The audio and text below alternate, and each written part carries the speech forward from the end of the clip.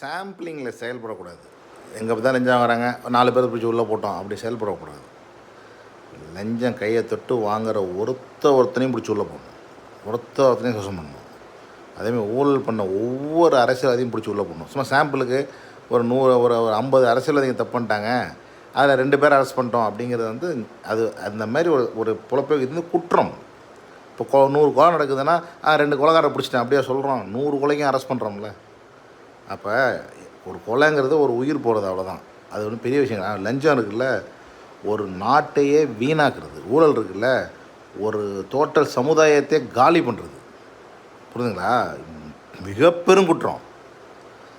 So அது ஒருத்தனையும் பிடிச்சி உள்ளே போடணும், ஒருத்தனையும் பிடிச்சி வந்து சஸ்பெண்ட் பண்ணணும். அதுமாதிரி ஊழல் பண்ணாங்க சொன்னாங்க, அப்படி கிடையாது. கண்ணுக்கு தெரிஞ்சு நான் சொல்கிறேன்ல, 50 அரசியலையும் தப்பு பண்ணி மற்ற பேர் பிடிச்சி உள்ளே போட்டுறீங்களா இது வரைக்கும் ஆண்ட கட்சிகள்? இதே தான் விஜய் என்ன ஆகும். நீங்களும் வந்து சாம்பிளிங் பண்ணக்கூடாது, ஒருத்தர் விடாமல் பிடிச்சி உள்ளே போடணும். ஊருக்கே தெரியும், நெருப்பு இல்லாமல் புகையாது, இல்லாமல் நியூஸ் வெளில வராது. இப்போ யாராவது நீங்கள் ஊழல் பண்ணிட்டாங்கன்னு சொல்ல முடியுமா வெளில? ஏன்னா நீங்கள் பண்ண மாட்டீங்க. ஆனால் மற்றனை பேரையும் பண்ணிட்டாங்கன்னு சொல்கிறாங்கன்னா அது என்னன்றதை அனலைஸ் பண்ணி பிடிச்சி ஒருத்தரை கூட விடக்கூடாது. இது நிறைய என் ஃப்ரெண்ட்ஸ்லாம் இருக்காங்க, அது அடுத்த விஷயம் சொல்கிறேன். இது தவறு செய்த யாரையுமே விடக்கூடாது. சாம்பிளிங்கில் பண்ணக்கூடாது. அது சாம்பிளிங் பண்ணுறது என்னது? போனேன் 10 ஆஃபீஸர் ரைடு பண்ணேன், 10 பேரை பிடிச்சேன், அது கிடையாது வேலை. ஒருத்தரையும் விடாமல் பிடிக்கணும்.